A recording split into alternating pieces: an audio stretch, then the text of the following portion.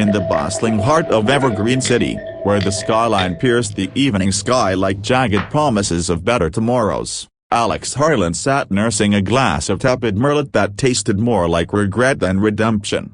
At 32, he was the kind of man who had built his life on blueprints and meticulous career ladders climbed rung by rung in a corporate office that smelled of stale coffee and suppressed ambitions, friendships forged in the fire of Friday night trivia leagues, and now, this blind date orchestrated by his well-meaning but utterly clueless sister, Mia. "She's perfect for you, Alex," Mia had gushed over the phone that afternoon, her voice bubbling with the optimism only a newlywed could muster. "Adventurous, funny, loves hiking just like that profile pic of you on that mountain last summer," Alex had chuckled then, picturing sun-dappled trails and easy banter. But as he adjusted his slightly crooked tie for the third time in the mirror of La Belle d'Époque, a French bistro tucked into the shadow of towering condos, doubt had already begun to gnaw at the edges of his resolve. The restaurant was a relic of old-money glamour, with velvet drapes that muffled the clink of silverware and crystal chandeliers casting a golden haze over tables adorned with crisp white linens and vases of wilting roses, some ironic harbingers, he thought wryly, of the evening ahead. He arrived early, as always, 15 minutes precisely, his polished loafers clicking against the marble foyer like the ticking of a bomb he couldn't defuse. The hostess, a young woman with a smile as practiced as a diplomat's, led him to a corner booth overlooking the rain-slicked street, where neon signs from passing cars bled crimson and azure streaks across the windowpane. "Your guest will be with you shortly, Mr. Harlan," she said, vanishing into the symphony of murmured conversations and the sizzle of escargot from the open kitchen. Alex ordered the Merlot to steady his nerves, scrolling through his phone for the umpteenth time via work emails, a meme from his buddy Jake about disastrous dates, and a photo of his parents' empty dining table from last Thanksgiving, a void that still ached like a phantom limb 2 years after Dad's passing. He pushed the thought away. Tonight was about new beginnings, not lingering ghosts. The door chimed at exactly 7:45, and in swept Vanessa, a whirlwind of designer labels and disdain that hit him like a gust from an oncoming storm. She was taller than her photos suggested, her auburn hair cascading in artful waves over shoulders bared by a silk blouse the color of bruised plums, and her heels stiletto daggers that announced her arrival before she'd even clicked with the authority of someone who owned every room she entered. "Alex, I presume?" she said, sliding into the booth without offering a hand, her green eyes scanning him like a barcode at checkout. He stood awkwardly, managing a smile that felt like it might crack under pressure. "Vanessa, great to meet you, you look stunning." It was true she did, in that polished, untouchable way that made him suddenly aware of the faint coffee stain on his cuff from this morning's rush. She waved off the compliment with a flick of her manicured nails, painted a shade of forbidden fruit, flatteries for amateurs. "So, your sister says you're in finance? Tell me, how's the stock market treating the little guy these days?" Her tone was light, but there was an edge to it, a scalpel disguised as small talk, and as the waiter approached with menus bound in embossed leather, Alex felt the first prickle of unease. They ordered her, the foie gras salad with a side of skepticism, a steak that suddenly seemed too rare for his liking, and the conversation lurched forward like a car with a flat tire. Vanessa dominated from the start, her words a torrent of anecdotes about exotic vacations, Bali, Santorini, a yacht off Monaco, that painted her as a jet-setter perpetually one upgrade away from nirvana. "I mean, who has time for hiking when you can paraglide over the Amalfi Coast?" She laughed, a sound like tinkling ice in a glass half empty. Alex nodded, interjecting with his own tame tale of a weekend in the Smokies, where he'd gotten lost for 2 hours but found a waterfall that made the blisters worth it. "Charming," she replied, though her eyes had already glazed over, drifting to the sommelier as if seeking rescue.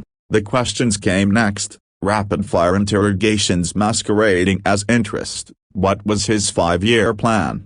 Vague aspirations of partnership, met with the pursed lip ambitious. Did he travel solo or with a group? Solo, mostly, which elicited a raised brow and adventurer or avoidant. And then, the TO, the tie, is that from HM? Or, dare I say, target. Honey, at your age, you really should invest in something that screams I've arrived, not I'm still en route. The words landed like slaps, each one stinging more than the last, and Alex felt he'd creep up his neck, his fork hovering uselessly over the half-eaten steak now congealing on his plate. He tried humor, a self-deprecating quip about his tie being his lucky charm from college, but she steamrolled right over it with the story about her ex, a hedge fund manager who once bought her a Birkin on a whim. The restaurant buzzed around them, oblivious of couples leaning into candlelight whispers, a family at the next table toasting a birthday with champagne flutes that sparkled like captured stars. But Alex's world had narrowed to this booth, this table, this woman whose beauty masked a boredom that made him feel like yesterday's news, crumpled and discarded. As the minutes stretched into an eternity of awkward silences punctuated by her scrolling through her phone, "You just checking emails, darling? The world doesn't stop for dinner." Alex's mind wandered to escape routes.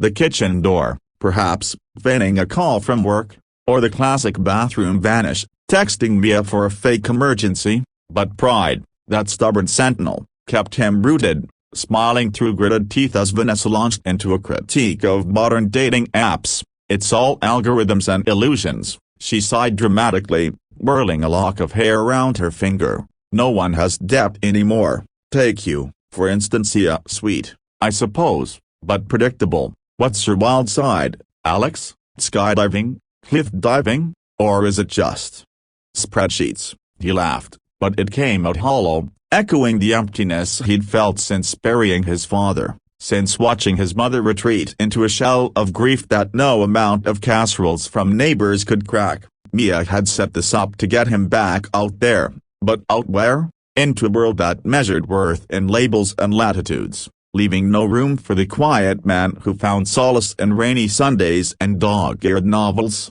The waiter circled back, offering dessert menus with a sympathy in his eyes that Alex clocked immediately a pity, the great equalizer, turning diners into spectators of a slow-motion car crash. "No, thank you," Vanessa interjected before Alex could speak, signaling for the check with a regal wave. This was enlightening, "but I have an early Pilates tomorrow. Early bird gets the Birkin, right?" She stood, smoothing her skirt, and extended a hand not for warmth, but for the obligatory air kiss that never quite landed. Alex rose too, fumbling for his wallet, the bill a staggering testament to discomfort, $187 for foie gras and fractured ego. As she airily promised to text soon with the conviction of someone who wouldn't, he watched her glide toward the exit, heels clicking a retreat that left him standing there, tie askew, heart pounding with the relief of a prisoner tasting freedom's edge. It was then, in that suspended breath between abandonment and anonymity,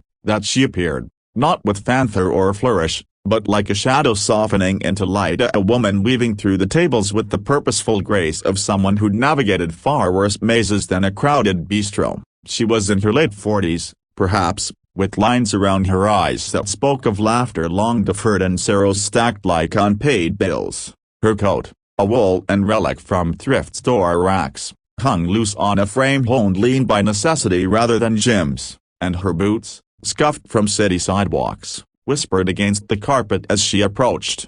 In her hand, a takeout bag from the alley diner across the street, grease spots blooming like forgotten dreams. Alex noticed her first because she noticed him, those hazel eyes locking onto his with an intensity that bypassed pretense, seeing not the corporate drone or the jilted date, but the man fraying at the seams. She didn't hesitate in this city of strangers. Hesitation was a luxury she couldn't afford. "Sir," she said, her voice a gentle current cutting through the din, pitched just loud enough for the nearby tables to perk up like meerkats sensing intrigue. "I'm so sorry I'm late. Your mother's here to pick you up. Traffic was a nightmare, but we're heading home now." The words tumbled out with the natural lilt of truth, and for a heartbeat, Alex froze, brain scrambling to process the ruse. Mother, him? At 32? But then her hand found his elbow, light as a feather yet firm as an anchor, and in her gaze, he saw the script: play along,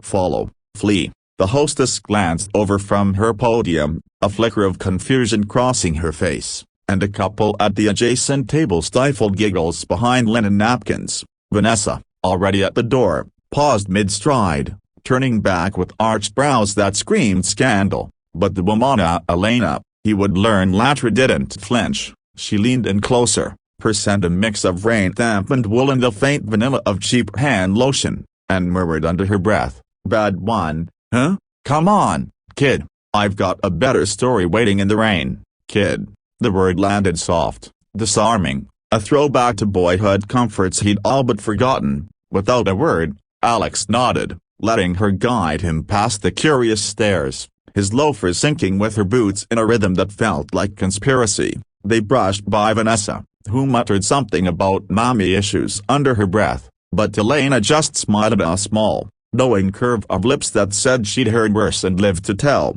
The door swung open to a drizzle that kissed their faces like benediction, and as the bistro's warmth faded behind them, Alex felt the weight lift, not all at once, but in gentle waves, as if she'd smuggled in a piece of sky to replace the storm cloud over his head. Outside, the city pulsed with indifferent life, taxis honking symphonies of impatience, pedestrians huddled under umbrellas like nomadic tribes, streetlights hallowing puddles that reflected 1,000 fragmented worlds. Elena released his arm but didn't let go entirely, her presence a buffer against the chill that seeped through his thin blazer. "You didn't have to do that," Alex said finally, his voice rough from disuse, as they paused under the awning of a shuttered bookstore.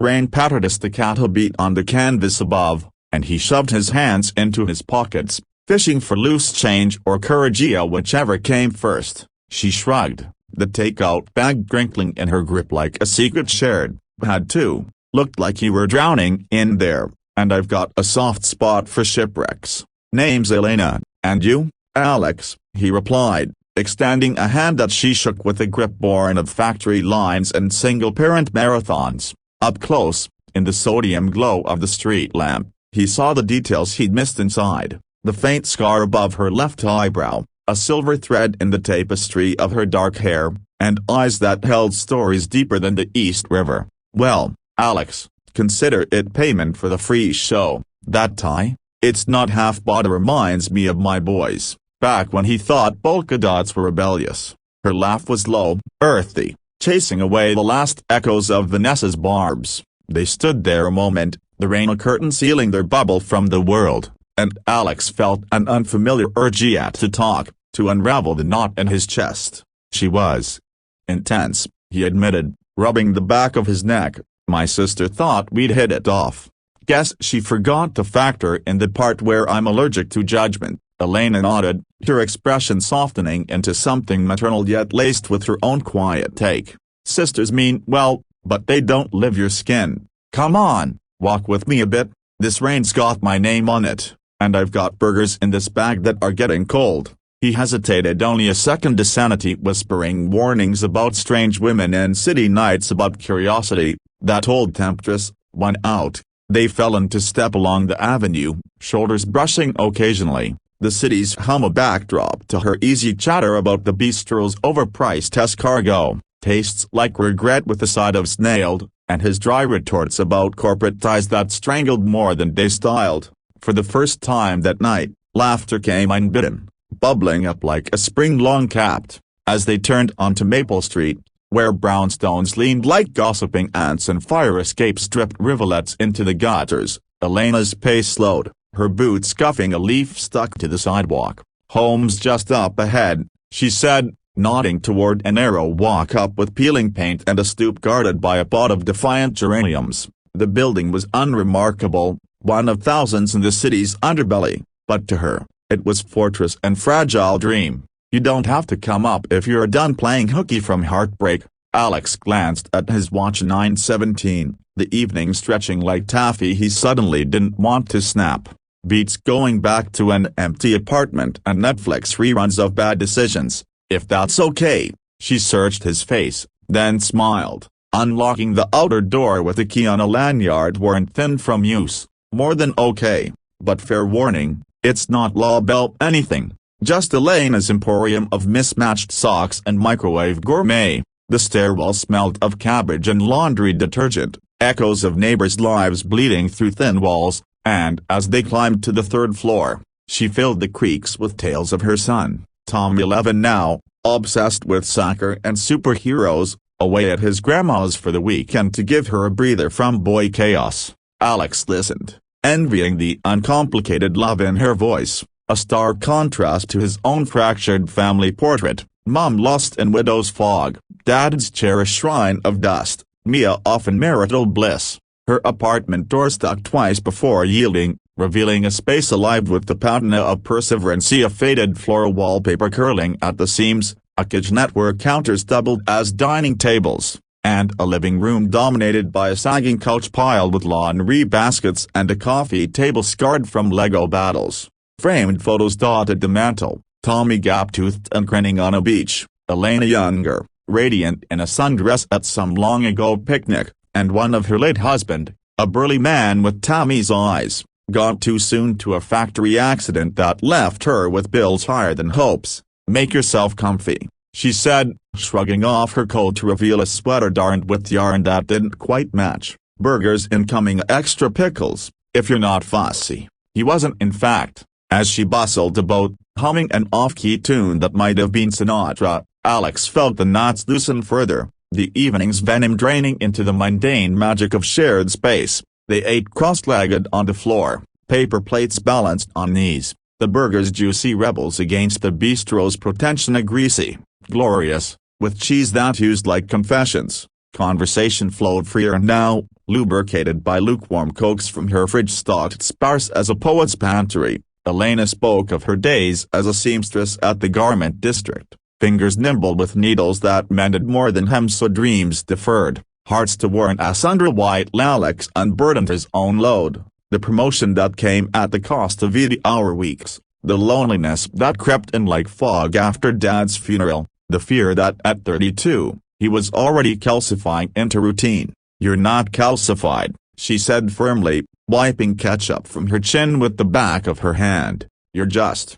Paused, like a song on hold, waiting for the right chorus. Her words wrapped around him, warm as the Afghan she tossed his way when a draft whistled through the window frame. Hours slipped by unmarked, the rain a relentless percussion outside, and in that cocoon of candlelight from a thrift store votive, Alex glimpsed the woman behind the rescue, Elena Vasquez, 47, widow at 35, mother by accident of joy and circumstance, scraping by on shifts that started at dawn and ended after dusk, her laughter a hard-won trophy from battles with eviction notices and empty pantries. Yet there was no bitterness in her, only a fierce tenderness that made his own gripes feel small, surmountable. "What about you?"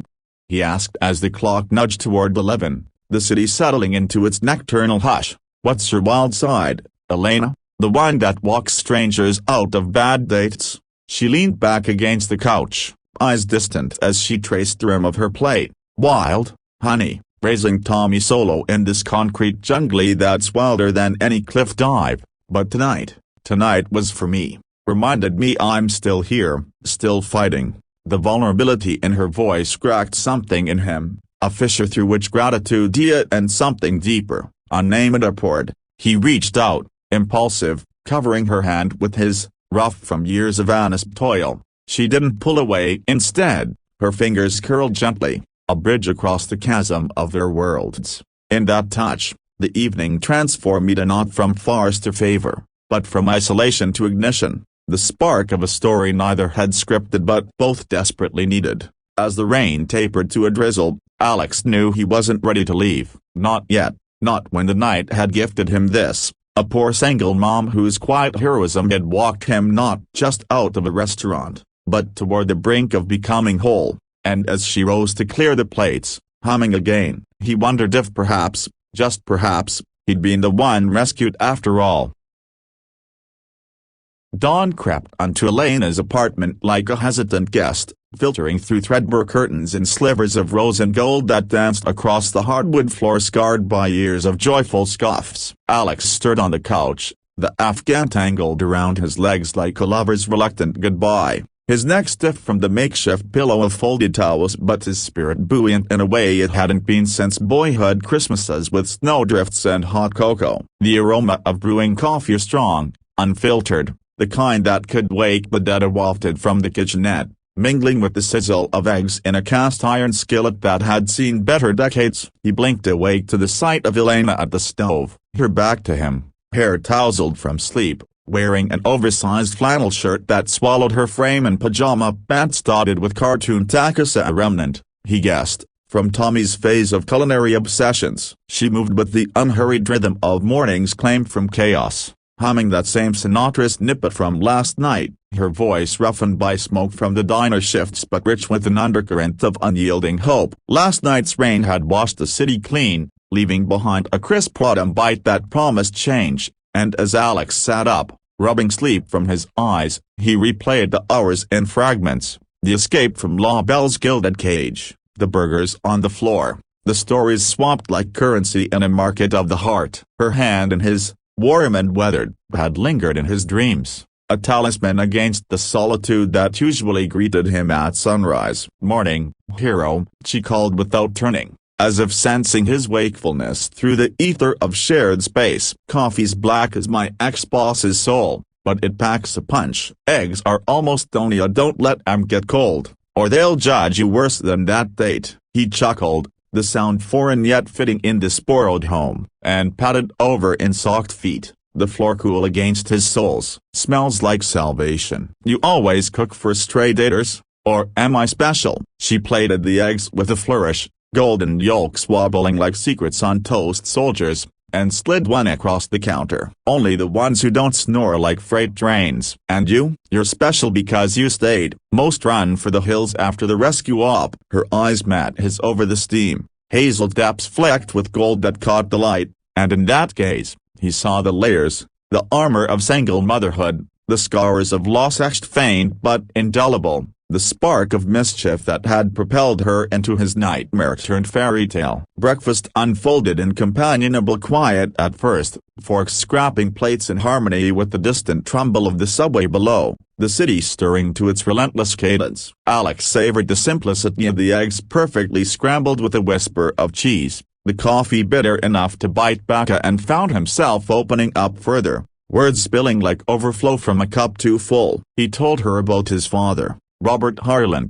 a mechanic whose hands were maps of grease and grit, who taught him to fix engines and broken dreams with equal parts patience and profanity, gone now from a heart attack that struck mid-laugh at a family barbecue. One minute he's flipping burgers, joking about my terrible grilling skills, and the next, silence. "Mom hasn't cooked since. Says the kitchen feels like a crime scene." Elena listened, chin propped on her hand, her expression a canvas of empathy unmarred by pity, the kind that invites rather than invades. "Lost like that, it hollows you out, leaves echoes where laughter used to be." "My J. Vera Tammy's daughter." He went quick too, crushed under a beam at the mill. "One day he's promising me the stars, the next time staring at a widow's pension that barely covers stars on clearance." She paused, tracing the rim of her mug with a fingertip, the gesture intimate, revealing. "But we keep going, don't we, for the boys who need us whole, even when we're cracked?" Alex nodded, throat tight with the universality of grief's grip,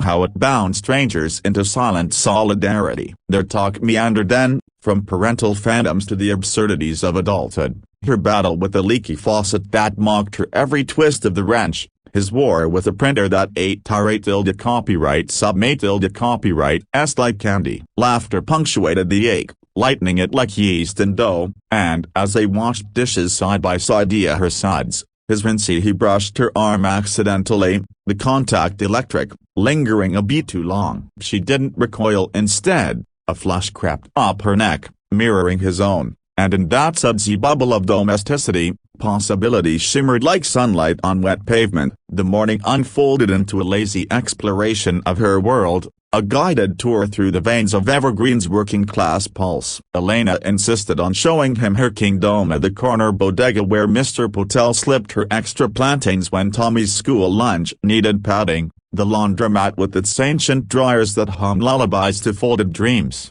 The pocket park squeezed between chain-link fences where wildflowers defied concrete with defiant blooms. They walked arm in arm against the chill, her coat draped over his shoulders when a gust nipped too sharp, his stories of boardroom blunders eliciting her guffaws that turned heads from stoop-sitters nursing thermoses of tea. You, in a suit, arguing spreadsheets. I see you more as the type to build treehouses, not empires, she teased, linking her pinky with his in a playful hook that sent warmth spiraling through him. He countered with questions about her sewing, how her fingers coaxed beauty from bolts of forgotten fabric, mending prom dresses for girls whose dreams outpaced their dresses. It's not glamour, she admitted as they paused by a mural of faded superheroes on a brick wall, but it's mine. Each stitch a spell against falling apart. Alex watched her, mesmerized by the way her hands gestured, calloused yet graceful, weaving invisible threads that pulled him closer. By noon, hunger drew them to the diner across from her building, a greasy spoon called Dawn's Break,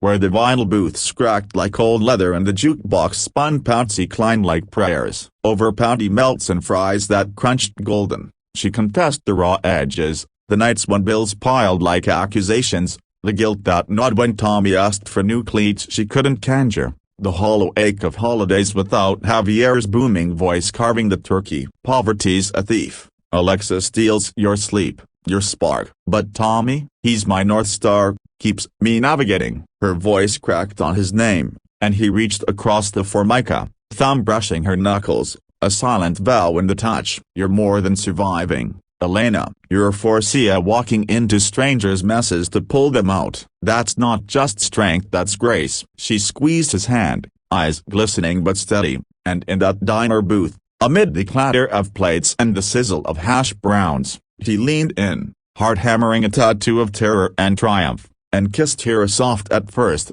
tentative as a question, then deepening as she answered with the fervor that tasted of salt and sweetness, fries forgotten in the fire of rediscovery. Afternoon blurred into a tapestry of tandem steps, a detour to the library where Tommy devoured comics like sustenance, Elena checking out a dog-eared romance that made her blush under his raised brow, while wander through the farmer's market, haggling over apples that blushed red as her cheeks when he fed her a slice, juice trailing like a promise down her chin. The city, usually a gauntlet of anonymity, softened around theme of vendors winking conspiratorially, pigeons scattering like confetti at their laughter. Yet beneath the idle, shadows stirred. Alex's phone buzzed incessantly with work alerts, Mia's texts probing the date's corpse. So, spill, a reminder of the chasm between his polished life and Elena's patchwork one. As they sat on a bench in the park, sharing a thermos of her thermos brew tea that scalded sweetly,